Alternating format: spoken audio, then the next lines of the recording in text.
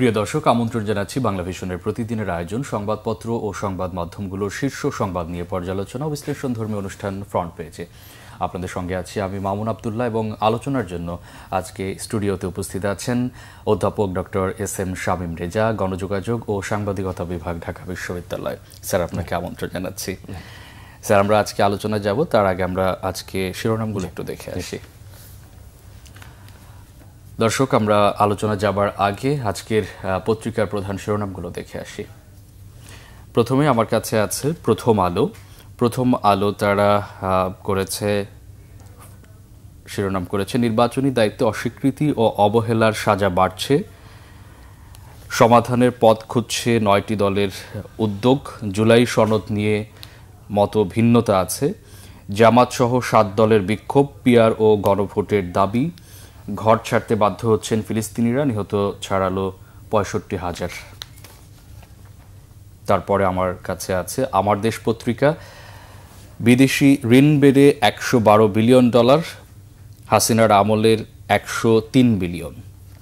Martial ল জারি করছে না কেন, এমন একটি শিরোনাম এসেছে। তারেক রহমান বলেছেন সেবা ও ন্যায় বিচারের প্রতীক হতে চায় বিএনপি।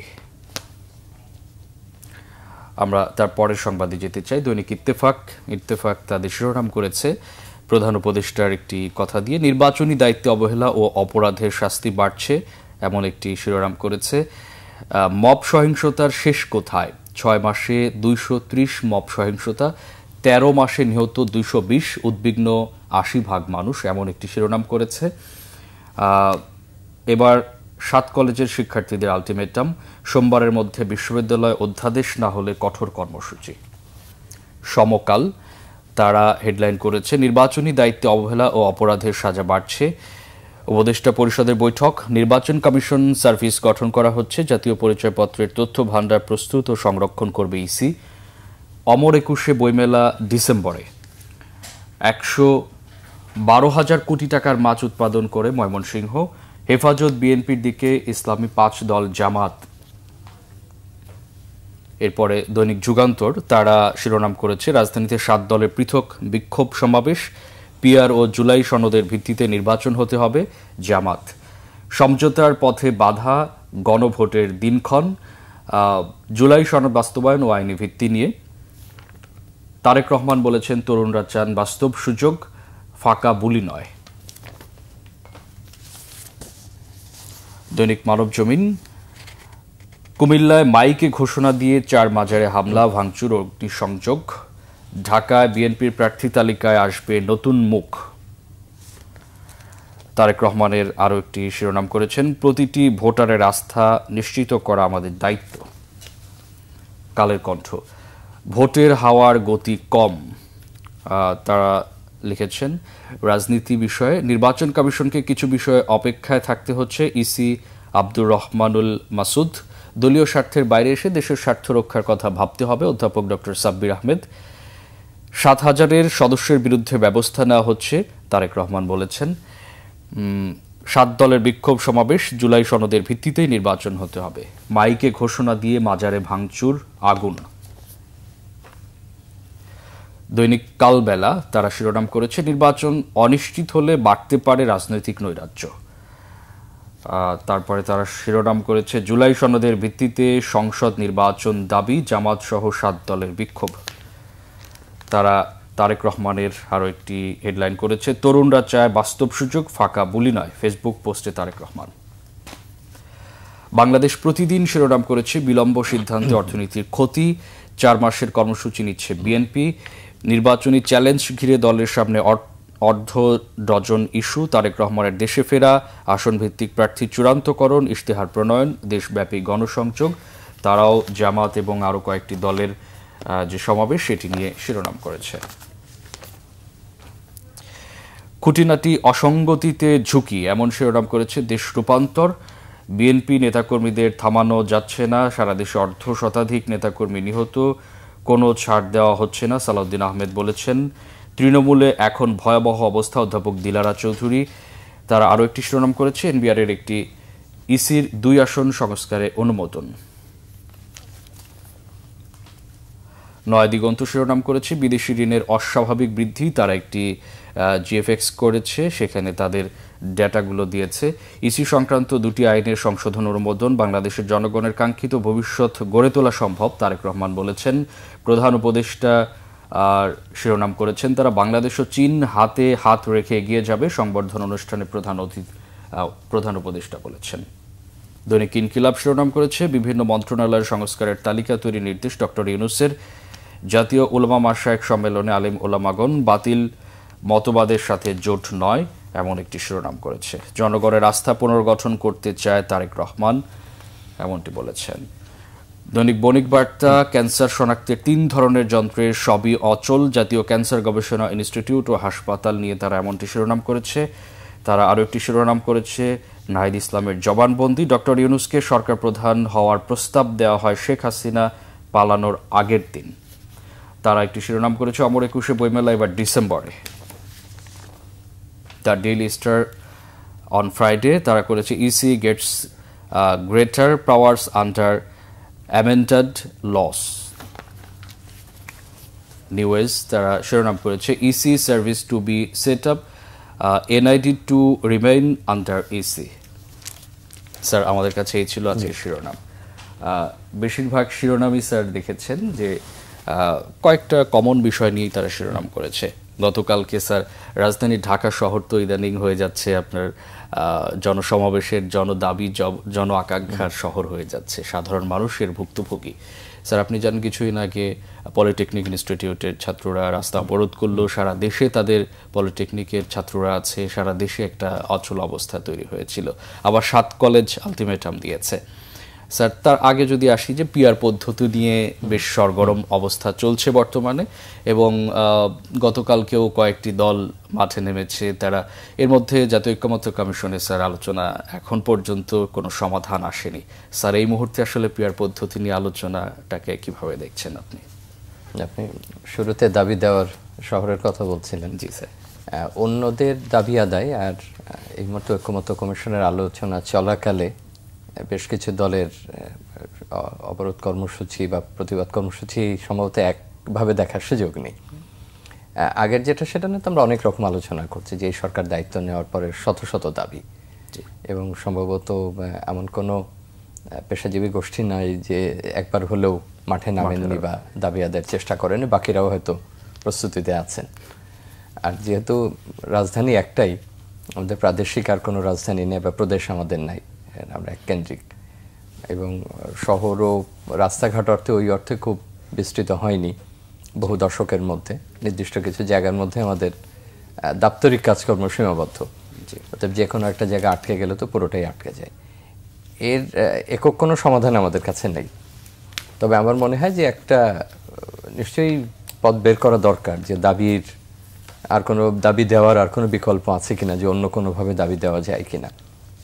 সম্ভবত ঐতিহাসিকভাবে এটাই দাঁড়িয়ে আছে যে আপনি রাজপথে থেকে যদি দাবি আদায় না করতে পারেন তাহলে দাবি আদায় হবে না। স্যার দাবি আদায়ের পদ্ধতি কি স্যার এইটাই, মানে রাস্তায় গিয়ে দাবি আদায়? অবশ্যই না, কিন্তু এটা সম্ভবত আমাদের এখানে ঘটেছে। যেহেতু আপনি বললে তার কোনো কাজ হয় না, আপনি লিখিত দিলে হয়তো তার কোনো কাজ হয় না, কিংবা আপনার যখন যৌক্তিক দাবিগুলো তুলে ধরেন, আমি শুধু এই সময়ের কথা বলছি না, অর্থাৎ মানুষ মনে করেছে যে এটাই সবচেয়ে ভালো পথ। অর্থাৎ মানুষ বলতে আমি বলছি যে যে স্বার্থ গোষ্ঠী যার জন্য প্রয়োজন, কিন্তু এটার যে অন্য ভোগান্তি, এটার যে ক্ষতিকর দিক, সেটা তো অন্যদের বিবেচ্য বিষয়। যিনি আন্দোলন করছেন তিনি এর বিবেচনায় নিয়ে আসেন না। যাই হোক, যে প্রসঙ্গে আপনি ছিলেন, দেখুন ইদানিং আপনি টেলিভিশনগুলোতে দেখবেন যে রাজনৈতিক দলগুলোর প্রতিনিধিত্ব অনেক বেশি বেড়েছে। সুতরাং আপনি সংবাদপত্রের একজন নির্মোহ বিশ্লেষককে এনে বা ইন্ডিপেন্ডেন্ট অ্যানালিস্টকে এনে আপনি খুব বেশি আলোচনায় যে কুলকিনারা করতে পারবেন তা না, এবং প্রত্যেকের মতো করে মত দিচ্ছে, এবং সেই মতগুলো সমান্তরালে চলছে। এটা নির্দিষ্ট কোনো জায়গায় গিয়ে মিলিত হচ্ছে না যে আপনি তার থেকে একটা সিদ্ধান্ত নিতে পারেন। আমি বলছি না যে বাংলাদেশে পিআর পদ্ধতি কোনোদিন চালু হবে না বা চালুর প্রয়োজনীয়তা নেই, এটা হতে পারে, কোন একটা সময় এটা প্রয়োজন হতে পারে। আমরা তো স্যার তত্ত্বাবধায়ক সরকারও নিয়ে তো দুটো ভিন্ন জিনিস, দুটো ভিন্ন জিনিস। কারণ একটা হচ্ছে আপনি প্রতিনিধিত্বের বিষয়, আপনি সরাসরি প্রার্থী নির্বাচন করবেন, নির্দিষ্ট আসনে একজন প্রার্থী আছেন জাতীয় নির্বাচনে, আপনি তাকে ভোট দিয়ে নির্বাচন করছেন, এটা এক ধরনের। আর আপনি একটা দলকে ভোট দিচ্ছেন, এবং দল তার নির্দিষ্ট সংখ্যানুপাতে সে মোট ভোটারের যে সংখ্যা পাচ্ছেন বা যে অনুপাতে পাচ্ছেন সেই অনুযায়ী তিনি আসন লাভ করবেন। এটা খুব সরল না, এবং এটা প্রাথমিকভাবে যদি আপনি মনে করেন যে সবচেয়ে সরল পদ্ধতিও রাখতে চান, তাও কিন্তু পরে অনেকগুলো স্তর বিশিষ্ট, তাই না? তারপরে কি হবেন, কিভাবে প্রতিনিধি নির্বাচিত হবে। আমাদের এখানে যে প্রশ্নগুলো ওঠানো যায় যে যেখানে আপনি নির্বাচনী ব্যবস্থাই গড়ে তুলতে পারেননি এখনো, এবং আমরা হয়তো একটা নির্বাচন ভালো করে আবার পরে দুটো সমালোচনা করি, আবার হয়তো অপেক্ষা করি কবে ভালো নির্বাচন হবে। এই বক্তব্য যে শুধু জাতীয় নির্বাচনের ক্ষেত্রে প্রযোজ্য তা না, স্থানীয় নির্বাচন, অন্য নির্বাচন, আমাদের মেয়র নির্বাচন যেখানে হয়, প্রত্যেকটা ক্ষেত্রে একই রকম। তো যেখানে নির্বাচনী ব্যবস্থাই ভেঙে পড়েছে সেখানে অন্যতম একটা কাজ হচ্ছে নির্বাচনী ব্যবস্থাকে ফিরিয়ে নিয়ে আসা, এটাকে প্রতিষ্ঠিত করা। নিয়মিত নির্বাচন হবে, জনগণ তার প্রতিনিধি নির্বাচন করবেন। পিআর অনেক দেশে আছে, এটা আমরা কেউ অস্বীকার করছি না। একই সঙ্গে পিআরের অনেক ধরনেরও কিন্তু পদ্ধতি আছে, তাই না? অন্তত আমাদের জানা মতো 10-12 রকম পদ্ধতিতে পিআর মেনে চলা হয়। আছে আমাদের দক্ষিণ এশিয়াতেও আছে, অন্তত একটা দেশে, অন্যান্য জায়গাতেও আছে, শ্রীলঙ্কাতে করা হয়, ইউরোপে আছে, বহু দেশে আছে। আবার পৃথিবীর খুব বড় বড় গণতান্ত্রিক দেশ সেখানে পিআর নাই। আপনি যদি মার্কিন যুক্তরাষ্ট্রের পদ্ধতি আলাদা, কিন্তু ঠিক ওইটাকে ওইভাবে বলে, তাদের ইলেকট্রাল কলেজ আছে, সেটা অন্যরকম আছে। সেই দেশের ফলাফলটা স্যার কি? না, এটা ফলাফলের উপর নির্ভরশীল না, এটা একটা ধারাবাহিক। তাদের রাজনৈতিক এখন অবস্থা কি? তাদের এইভাবে তুলনা করা যাবে না। আপনি যদি এখন আয়ারল্যান্ডে আছে, আপনি আয়ারল্যান্ডের গণতান্ত্রিক চর্চার সাথে বাংলাদেশের গণতান্ত্রিক চর্চাকে তুলনা করতে পারেন, তাদের কৃষ্টি কালচার এবং গণতন্ত্র। আবার যেমন আপনি শ্রীলঙ্কা প্রদেশে বিভক্ত, সেটা দেশের জনসংখ্যা যাই হোক না কেন, আমাদের সেটা নাই। আবার ভারতের মতো বিরাট দেশ, যার 150 কোটি মানুষ, সেখানে তার আবার পদ্ধতি অনেকটা আমাদের মতো, যদিও তার হয়তো দ্বিকক্ষ বিশিষ্ট, তার অন্য কিছু পার্থক্য রয়েছে। আমরা যদি, আপনি যেখান থেকে আলোচনা শুরু করতে চেয়েছিলেন সেখানে যদি আসেন, এটা আমি মনে করি যে বিশেষ কারোর উইশ লিস্ট পূরণ করা না। আলোচনা উঠেছে পিআর নিয়ে, সে আলোচনা অবশ্যই চলমান থাকবে, এবং ছোট দলগুলোর একটা প্রতিনিধিত্বের ক্ষেত্রে পিআর কিন্তু একটা ভূমিকা রাখে, এবং যেখানে বড় দলের একটা দাপট তৈরি হয়, আধিপত্য তৈরি হয় যে কোনো দেশে, সেখানে ছোট দলগুলো, সেটা সংসদীয় গণতন্ত্র হোক আর প্রেসিডেন্ট পদ্ধতির নির্বাচন বা গণতন্ত্র হোক, ছোট দলগুলোর প্রতিনিধিত্বের একটা জায়গা কিন্তু এখানে তৈরি হয়। আবার এটা একটা পরীক্ষামূলক ধাপও। আপনি এক ধরনের পদ্ধতি দীর্ঘদিন চালিয়েছেন, একটা সময় এসে আপনার মনে হলো যে পিআর পদ্ধতি ভালো। সব দেশে সেইভাবে, আমরা যতগুলো দেশের নাম আপনি খুঁজে পাবেন তারা হঠাৎ করে পিআর পদ্ধতিতে গেছেন তা না, তারা অনেক স্ট্রাগলও না হোক, তারা এক একটা পর্যায়ে গেছে। আপনিও তো এক একটা পর্যায়ে যাচ্ছেন, তাই না? যেমন আপনি যে স্বাধীন বাংলাদেশে এইভাবে সংবিধানের এত বড় পরিবর্তনের মুখোমুখি হবেন, সেটা তো আপনি পরিস্থিতি না হলে তো আপনি সেটার মধ্যে যাননি। যতদিন আপনার তত্ত্বাবধায়কের প্রয়োজন না হয়েছে ততদিন তো আপনি তত্ত্বাবধায়কের আলোচনা যাননি। আপনি হয়তো 2 দশক পরে বিশেষ রাজনৈতিক বাস্তবতা আপনি তত্ত্বাবধায়কে গিয়েছিলেন, অথবা আপনাকে সেই বাস্তবতার জন্য কিছুটা অপেক্ষা করতে হবে। এখন এই আলোচনার হয়তো অসুবিধাটা এটা হলো, যারা আন্দোলন করছেন তারা তাদের পক্ষে যুক্তি দেবেন। আমরা কিন্তু কেউই এই পর্যন্ত সম্মত বলেননি যে পিআর ভালো পদ্ধতি না, বা কেউই কিন্তু আমরা বলছি না যে বাংলাদেশে এটা ভবিষ্যতে চালু করা যাবে না বা চালু হবে না। বড় রাজনৈতিক দল তারা তাদের যুক্তি তুলে ধরছে যে পিআর পদ্ধতিতে গেলে এই সমস্যা হবে, সমস্যাগুলো তুলে ধরছে, তারাও কিছু ভালো পদ্ধতি। আমি আবারও যদি আমার বিষয়টা স্পষ্ট করি, যে সম্ভবত এখন পর্যন্ত কেউ বলছেন না যে পিআর ভবিষ্যতে করা যাবে না, আমরা বলছি না যে পিআর পদ্ধতি ভালো না কিংবা এটার কোনো গুণাগুণ নাই, ছোট রাজনৈতিক দল না, কিন্তু প্রশ্নটা হচ্ছে যে আপনি এই মুহূর্তে কতটা বাস্তবায়নযোগ্য, কিংবা এই মুহূর্তে আপনার সেটা বাস্তবতার নিরিখে আপনি করতে পারবেন, কিন্তু আলোচনাটা সেই জায়গা থেকে করা দরকার। আবার আপনি যদি জুলাই সনদের বাস্তবায়ন নিয়ে পিআরকে আসেন, তাহলে আর একটা মাত্রা সেখানে যোগ করে, যেখানে আরো অনেকগুলো গুরুত্বপূর্ণ বিষয় আছে। আপনার নির্বাচনটা করা অত্যন্ত গুরুত্বপূর্ণ হয়ে পড়েছে। যদি আপনি সময় মতো নির্বাচন না করতে পারেন, অনেক কিছু আপনার নিয়ন্ত্রণের বাইরে চলে যেতে পারে। তখন তো অনেক কিছু আপনার জুলাই সনদ সবই তো। আমি আবার আলোচনাটা একটু গুছিয়ে নিয়ে আসি। পিআর পদ্ধতি নিয়ে আবারও বলছি যে পিআর পদ্ধতি যে ভবিষ্যতে বাংলাদেশে হবে না সেটা আমি বলছি না, এটা হতেই পারে। একটা সময় যদি জনগণ চাই, রাজনৈতিক দলগুলো চাই, আমাদের অংশীজনরা চাই, পিআর পদ্ধতি হতে পারে। পিআর পদ্ধতির অসংখ্য ভালো দিক আছে, কিন্তু আমার বিষয় আলোচনার যে জায়গাটা আমি নিতে চাইছি যে আপনি এই মুহূর্তে এই বাস্তবতায়, যেখানে নির্বাচনী ব্যবস্থাটা ফিরিয়ে আনাই আপনার বড় চ্যালেঞ্জ, নির্বাচন করাটাই বড় চ্যালেঞ্জ, সেখানে যদি আপনি পিআর পদ্ধতি নিয়ে খুব বেশি একটা কঠোর অবস্থানে চলে যান যে এটা না হলে আমি পরবর্তী ধাপে যেতে পারবো না। নির্বাচনী চ্যালেঞ্জগুলো কোথায় আছে? আমাদের তো এখন আর সেই ফ্যাসিবাদী শাসক নেই। আপনি তো একটা নির্বাচন করেননি, তিনটা চারটা আপনি তো এখনো নির্বাচন করেননি। আপনি চ্যালেঞ্জগুলো আছে কি নাই কিন্তু এখনোই তো বুঝতে পারবেন না। আপনি যদি বলেন যে বিগত 3টা নির্বাচন ত্রুটিপূর্ণ হয়েছে, কি কি চ্যালেঞ্জ দেখছেন? না, আমরা আলোচনা থেকে সরে যাচ্ছি সম্ভবত যেখানে ছিলেন। তো সেক্ষেত্রে পিয়ার নিয়ে যারা এখন আন্দোলন করছেন বা মাঠে নামছেন তাদেরকে সেটা প্রতিষ্ঠিত করতে হবে যে এই বাস্তবতা এখন আছে কিনা। আমরা যে আলোচনাগুলো আজকের সংবাদপত্রে এখানে করছি, উন্নত করছি, সেটা কি জনগণের কাছে গেছে? জনগণের সঙ্গে কি আমরা বিশদ আলোচনা করতে পেরেছি? রাজনৈতিক দলগুলো কি এখনো সেই আলোচনায় গেছেন মাঠ পর্যায়ে যে পিয়ারের আগের এই অবস্থা, পিয়ার হলে এই অবস্থা? আপনার একটা প্রজন্ম আছে যেখানে সাধারণ নির্বাচনী ব্যবস্থার সঙ্গে সে পরিচিত না, তাকে আপনি এখনই পিয়ারে নিয়ে যাচ্ছেন। আমার এখানে একটু জানার আছে স্যার, তাহলে পিয়ার পদ্ধতি আসলে আপনি বলছেন সাধারণ জনগণ থেকে জানার প্রয়োজন। স্যার, সাধারণ জনগণ থেকে জানার ওইটা কি? সাধারণ জনগণ থেকে জানার পদ্ধতি আমি বলতে পারবো না, সেটা রাজনৈতিক দলগুলোকে বলতে হবে। এটা আপনিও বলতে পারবেন না। সাধারণ জনগণের কাছ থেকে জানার অনেক পদ্ধতি আছে। রাজনৈতিক দলগুলো যেভাবে জনগণের সঙ্গে যোগাযোগ করে সেভাবে তারা যোগাযোগ করবে। তারা ইস্তেহার নিয়ে যায় কিভাবে? যদি এই প্রশ্ন করা হয়, যখন ইস্তেহার দেওয়া হয়, যখন সামাজিক মাধ্যম ছিল না, যখন টেলিভিশন ছিল না, তখন তার ইস্তেহার সে কিভাবে নিয়ে যেত? কোনো না কোনো ভাবে সে নিয়ে যেত। তার জনসংযোগের বহু পথ আছে। আপনাকে স্যার, এই জায়গাটা বিভিন্ন রাজনৈতিক দল বলছেন যে সব সাধারণ জনগণ বলছে যে এর পিয়ারের পদ্ধতিতে তারা আছে। ধরেন জামাত বলছে যে সাধারণ জনগণ বড় দলগুলোকে আমরা দেখেছি যে যেমন বিএনপির কথা, সে তার একটা পলিটিক্যাল স্কুলিং চালু করেছিল তার দফাগুলো নিয়ে। এর বাইরে তো পরবর্তীতে তার ব্যাপক আকারে আমরা কোনো প্রচার অভিযান দেখিনি যে তার এজেন্ডাগুলো এসে গেছে। বা এখন আমরা জামাতে ইসলামী একটা স্ট্রাকচার, এক ধরনের দল, তার বিভিন্ন স্তরে সে কাজ করে। সে হয়তো তার নেতাকর্মীদের মধ্যে আলোচনা করছে, কিন্তু এটা নিয়ে তো মাঠে যাওয়ার মতো পরিস্থিতি আমরা দেখছি না। এখানে যতগুলো দল ঐকমত্য কমিশন এখানে আলোচনা করছেন প্রায় প্রতিদিন, তাদের তো মাঠ পর্যায়ে যাওয়ার মতো আমরা খুব কম সংখ্যক দলকে দেখছি। হয়তো বড় দলের একটা থাকতে পারে, তার নেটওয়ার্ক আছে, অন্যদের তো আমরা দেখছি না। সুতরাং ওই প্রশ্ন করবার প্রয়োজনে যে জনগণের কাছে কিভাবে যাওয়া যাবে, জনগণের কাছে বহুভাবে যাওয়া যেতে পারে। আগে যেভাবে তারা যেতেন এখনো তারা সেভাবে যাবেন, এটা আপনার আমার চাইতে তারা পদ্ধতি আরো ভালো জানেন। কিন্তু যেখানে আপনি আসছেন ওখানে যদি আমরা আলোচনাটা শেষ করি, এর সঙ্গে যদি এখন আপনি জুলাই সনদকে যুক্ত করেন যে না, এটা না হলে আমি পরবর্তী ধাপে যাব না, তাহলে কিন্তু সেটা বড় ধরনের উদ্বেগের বিষয়। এখন আপনাকে ন্যূনতম ঐক্যমতে পৌঁছাতে হবে। যে বিষয়গুলোতে আপনি ঐক্যমত হলে আপনি পরবর্তী ধাপে যেতে পারবেন। সেক্ষেত্রে আরও একটা প্রসঙ্গ থাকে যে আপনি সবগুলোর পদ্ধতি যদি এখনই বাস্তবায়ন চান তাহলে কিন্তু আপনি পারবেন না।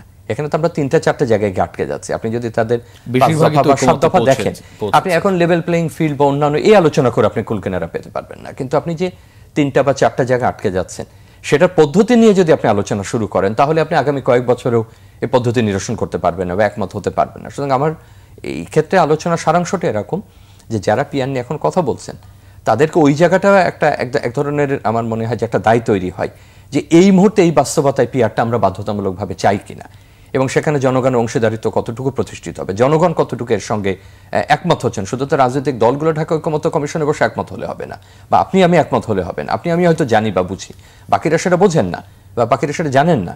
আর দ্বিতীয় হলো যে এই বাস্তবতা আপনার এই মুহূর্তে কি ফল নিয়ে আসবে সেটাও আপনাকে দেখতে হবে। এর সঙ্গে আরও অনেক বিষয় যুক্ত থাকে। এটা কতখানি দলীয় সুবিধা পাওয়া, প্রত্যেক দল তার সুবিধা পেতে চাইবেন, আর কতগুলো আপনি রাজনৈতিক পরিবর্তন আনতে চাচ্ছেন সেই পার্থক্য করাটাও জরুরি। আবার যখন আপনি জুলাই সনদের কথা তুললেন তখন আমরা তো বারবারই জনগণ হিসাবে চাইব যে যেগুলোতে আমরা একমত হয়েছি এটা একদিকে যেমন একটা চুক্তি, একটা স্বাক্ষর, অন্যদিকে এটা কিন্তু একটা প্রতিশ্রুতিও। আপনি একটা রাজনৈতিক বাস্তবতায় সবকিছু স্বাক্ষর করে একেবারে আপনি যদি ধরুন, আমি যদি এখন তাত্ত্বিকভাবেও ধরে নিই যে আপনি আইনি কাঠামো দিতে সক্ষম হলেন কোনো না কোনোভাবে, তাতেও কি পরিবর্তন করা যাবে না? তাতেও নিরঙ্কুশ কখনো যদি সংখ্যাগরিষ্ঠতা নিয়ে কোনো সরকার আসেন অথবা তারা জোট করেও সেই পরিবর্তনের সুযোগ তারা থাকেন, সেটা তারা করতে পারেন না? অনেক কিছুই তো করেছেন, তত্ত্বাবধায়ক তো করা হয়েছে, তত্ত্বাবধায়ক বাতিল হয়ে গেছে। কখনো ছিল না এমন জিনিস আমরা করেছি, কিংবা আগে করা হয়েছে সংবিধানের সংশোধনী, সেটা পরবর্তীতে বাতিল করা গেছে। তো কোনো কিছু তো অনর না, সে সুযোগ তো থাকে। বড় জিনিস আপনি প্রতিশ্রুতি দিতে পারছেন কিনা সেটাই আমি মনে করি যে সবচেয়ে গুরুত্বপূর্ণ একটা বিষয়। স্যার, তার মানে যদি এটা জাস্ট কনক্লুশন করেন যে স্যার পিয়ার পদ্ধতি আসলে এটা আমরা দেখতে পারি স্যার এই মুহূর্তে, মানে এটা চলমান, মানে আমি সেটাই মনে করি। এটার চেয়ে বড় আরো রাজনীতি আমি মনে করি যে আমি আবারও এক লাইনে বলি যে পিয়ার পদ্ধতি যে ভবিষ্যতের বাংলাদেশ হবে না আমরা কেউ বলছি না, পিয়ার পদ্ধতির যে ভালো দিক নেই সেটা আমরা বলছি না। অনেক রকম পিয়ার পদ্ধতি আছে, সেটা নিয়ে চিন্তা ভাবনা করার প্রয়োজন আছে, অংশীজনদের মধ্যে আলোচনার প্রয়োজন আছে, বিশেষজ্ঞদের মধ্যে আরো আলোচনার প্রয়োজন আছে, জনগণের সঙ্গে যোগাযোগ করবার প্রয়োজন আছে। তারপরে একটা সময় যদি এটা আমাদের কাছে ভালো মনে হয় তখন নিঃসন্দেহে সেটা নিয়ে চিন্তা ভাবনা করা। এটা তো আলোচনা আসলো, এটা তো আলোচনা থেকে একেবারে চলে যাবে এমন তো মনে হয় না। বড় দলগুলোর ভেতরে থাকলে তো অবশ্যই সেটা আলোচনায় হবে। কিন্তু এখন আমি মনে করি যে জুলাই সনদের যে জায়গাগুলোতে একমত হচ্ছেন রাজনৈতিক দলগুলো, সেই জায়গাগুলোর উপর মনোনিবেশ করে। এখন যদি আপনি পদ্ধতি নিয়ে মনোনিবেশ করেন তাহলে আপনি যেতে পারবেন না। এবং অনেক কিছুর হয়তো এখন আইনি এটার বাস্তবতা কি হবে সেটা হয়তো আপনি আমি এই মুহূর্তে বাতলে দিতে পারবো না, অনেক রকম আলাপ আলোচনার বিষয় আছে। আমার কাছে প্রতিশ্রুতিটা সবচেয়ে বড় মনে হয়। এর আগে আমরা প্রতিশ্রুতি রাখিনি, কিন্তু তার মানে এইটা বলা যাবে না যে এই বাস্তবতার পরে আমরা প্রতিশ্রুতি রাখবো না। অতএব যে আইনি বাস্তবতায় এটা জারি হোক না কেন, আমরা সবাই একমত হই না কেন, রাজনৈতিক প্রতিশ্রুতিটাই সবচেয়ে বড় কথা। দলের অভ্যন্তরে গণতান্ত্রিক চর্চা আছে কিনা সেটা বড় কথা। আপনি পিআর পদ্ধতি চালু করছেন, আপনার দলের অভ্যন্তরে গণতান্ত্রিক চর্চা নেই, আপনি কনভেনশনগুলো করছেন না, আপনি সমাবেশগুলো করছেন না, আপনার নিয়মিত যে কাজগুলো রাজনৈতিক দলের কথা সেটা আপনি করছেন না, আপনার স্থানীয় পর্যায়ের সঙ্গে কেন্দ্রীয় পর্যায়ে যোগাযোগ তৈরি হচ্ছে না, তাদের নেতৃত্বে আসার সুযোগ তৈরি হচ্ছে না, আপনি পিআর পদ্ধতি দিয়ে কি করবেন? আপনি কাকে প্রতিনিধিত্বের জায়গা দেবেন? কোনো দল হয়তো খুব কাঠামোবদ্ধ, তাদের ক্ষেত্রে এটা সুবিধা পাওয়া যেতে পারে। বাকি বড় দলগুলো তো এখন আমরা ওই পর্যায়ে দেখছি না যে তাদের আভ্যন্তরীণ কাঠামোতে এই পিআর কতখানি তাদের জন্য সাহায্যপূর্ণ হবে। এখন আপনি বলতে পারেন যে আপনি কোনো দলের পক্ষে বলবার কেউ কিনা, সেটা তো জনগণ রায় দেবে, কিন্তু সেটাও তো একটা আলোচনার বিষয় যে প্রধান দলগুলোর মধ্যে যদি সেই আলোচনা না থাকে, সেই বাস্তবতা না থাকে, আপনি হঠাৎ করে একটা পদ্ধতিতে আনতে পারবেন না। তার মানে এই না যে যারা আন্দোলন করছেন এটার দাবিতে তাদের যুক্তি নাই, সে কথা আমরা একবারও বলছি না, সেই যুক্তি তারা আরো প্রতিষ্ঠিত করুক। কিন্তু এটা যদি একটা পয়েন্ট অফ নেগোসিয়েশনে চলে যায় যে এইটা না হলে আমি বৃহৎ ওইটা বাস্তবায়ন করব না, তাহলে আবার বলছি যে আপনার এই সামনে যে নির্বাচনের যে সময়কাল আমরা ঠিক করেছি সেটা ঝুঁকির মধ্যে পড়বে, এবং সেই ঝুঁকি কিন্তু অসমাধানযোগ্য ঝুঁকিতে পরিণত হতে পারে, অনিয়ন্ত্রণযোগ্য অবস্থার মধ্যে পরিণত হতে পারে, নিরাপত্তার ক্ষেত্রে, অর্থনীতির ক্ষেত্রে, আরো অনেক ধরনের ক্ষেত্রে। এটার অন্তত 10টা তালিকা আপনিও দিতে পারবেন যে এটা একটা অন্তর্বর্তীকালীন সরকার, যদিও সেটা একটা সংবিধানের আলোকে চলছে, স্বাভাবিক সরকারের মতোই চলছে, কিন্তু একটা রাজনৈতিক সরকার আর অনির্বাচিত সরকারের মধ্যে তো পার্থক্য রয়েছে। সুতরাং তার নিয়ন্ত্রণের বাইরে চলে গেলে বহু ক্ষেত্রে এটা প্রভাবিত হবে, এবং আমাদেরকে হয়তো এটা ক্ষমতার কেন্দ্রেরও এক ধরনের বিচ্যুতি ঘটতে পারে বা এক ধরনের ঝুঁকির মধ্যে সেগুলো পড়তে পারে। অতএব যারা প্রসঙ্গগুলো সামনে এনে একটা কঠোর অবস্থানে যাচ্ছেন, নিঃসন্দেহে এই আলোচনার সুযোগ তারা আমাদেরকেও দেবেন। স্যার, কালবেলা শিরোনাম করেছে নির্বাচন অনিশ্চিত হলে বাড়তে পারে রাজনৈতিক নৈরাজ্য, রাজনৈতিক দলগুলোর বিপরীতমুখী অবস্থান। স্যার, আপনার কাছে কি মনে হয় রাজনৈতিক দলগুলো বিপরীতমুখী অবস্থানে চলে গেছে পিআর পদ্ধতি নিয়ে? কারণ তারা তো সবসময় একসাথে জাতীয় ঐক্য ভিত্তিতেই তো এই বিগত সরকারকে হটিয়েছে। আমার মনে হয় না যে এখনো তারা একেবারে ওই দান্দিক অবস্থায় চলে গেছেন, এবং আমরা যেভাবে শুধুমাত্র পিআর এর উপর জোর দিচ্ছি আমার কাছেও তা মনে হচ্ছে না। এটা সম্ভবত জুলাই সনদের বাস্তবায়ন নিয়েও তাদের মধ্যে মতভিন্নতা আছে যে এটা কতটুকু আইনি বৈধতা দিলে এটা তারা খুশি হবেন বা তারা রাজি হবেন, এবং এটার আইনি বৈধতা নিয়েও তো একমত নেই, এমন কোনো একক মত তো নেই যে এইভাবে দিলেই এটার আইনি বৈধতা পাবে এবং পরবর্তীতে এটা টিকে থাকবে বা এটাকে বজায়যোগ্য করা যাবে, যে এটার আর কেউ হাত দেবেন না। সুতরাং সেখানেও যেমন মতভেদ আছে, এটাও মেনে নিতে হবে যত একক কারোর মত যে এখানে প্রাধান্য পাবে এমনও না। আর যেটা আপনি বলছেন যে নির্বাচনের যে অনিশ্চয়তা, এটা নিয়ে আমার মনে হয় খুব দ্বিমতের সুযোগ নেই, কিন্তু সেক্ষেত্রে আমরা বেশি কেন রাজনৈতিক দলগুলোর উপর আস্থা রাখছি, যে রাজনৈতিক দলগুলোই পরিবর্তনের পরে আমাদের সবচেয়ে বড় নিয়ামক হিসেবে দাঁড়িয়েছে। যে পরিবর্তনটা ঘটেছে স্বাভাবিকভাবে যখন যা ঘটে, এখন যদি আপনি বাস্তবতা নিরীক্ষা দেখেন, জনগণের সঙ্গে কি আমরা খুব বেশি এই পরিবর্তন নিয়ে আলোচনায় আছে? খুব বেশি কিন্তু আলোচনায় আমরা নাই। জনগণ আবার জনগণের জায়গায় চলে গেছেন, রাজনৈতিক দলের আলোচনায় আছেন।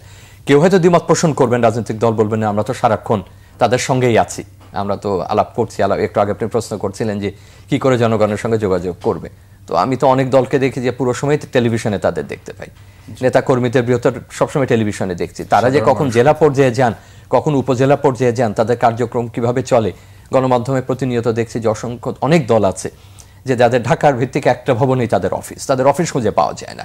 অতএব এখানে আমি নির্দিষ্ট কাউকে নির্দেশ করে বলছি না, নিঃসন্দেহে যারা এই দাবিগুলোর সামনে আছেন তারা বড় দল, তাদেরকে নিয়ে আমরা কথা বলছি না। তবে আপনি যখন সবার কথা বলছেন তখন এখন সবাইকে তো একটা অনবোর্ডে আসতে হবে, এবং আমি মনে করি না আপনি যে প্রশ্ন তুলেছেন যে এখনো তারা ওই দান্দিক অবস্থায় চলে গেছেন যেটা সমাধানযোগ্য না, এটা এখনো সমাধানযোগ্য। তাদের হয়তো মতভিন্নতা পদ্ধতি নিয়ে রয়েছে, মৌলিক কিছু বিষয় নিয়ে রয়েছে, কেউ দাবি আদায়ের চেষ্টা করছেন, তবে আমার মনে হয় যে আশা রাখা যায়। স্যার আমরা একটা ছোট বিরতিতে যাচ্ছি। স্যার আমরা আজকের প্রোগ্রাম শেষ করতে চাই, তার আগে একটু জানতে চাই স্যার, আপনি জানেন যে এবার ডিসেম্বরে হচ্ছে বইমেলা, স্যার এই বিষয়টাকে আপনি কিভাবে দেখছেন? আমিও হঠাৎ দেখলাম, আমি নিজেও খুব খোঁজ দিতে পারিনি, আমি নিজেও একটু অবাক হয়েছি যে ফেব্রুয়ারির বইমেলা ডিসেম্বরে হচ্ছে, যে কারণটা কি। আমার মনে হয় যে আরেকটু হয়তো পড়লে জানতে পারবো যে কোন যুক্তিতে, সম্ভবত রমজান কেন্দ্রিক এবং নির্বাচন নিশ্চয়ই অন্য কোনো বিবেচনা আছে যেটা মাথায় রেখেই হয়তো এই সিদ্ধান্তটার কথা তারা ভাবছেন। জি স্যার, আপনাকে অসংখ্য ধন্যবাদ আজকে কনফারেন্সে আসার জন্য। দর্শক, আমরা দেখছিলাম যে আজকে শিরোনামগুলো নিয়ে সুন্দর আলোচনা করছিলেন ঢাকা বিশ্ববিদ্যালয়ের অধ্যাপক doctor SM. Shamim Reza sir. আজকের অনুষ্ঠানে আমাদের সাথে থাকার জন্য অসংখ্য ধন্যবাদ। পরবর্তী আয়োজনে অবশ্যই আমাদের সাথে থাকবেন। আজকের মতো সবাই ভালো থাকুন, সুস্থ থাকুন।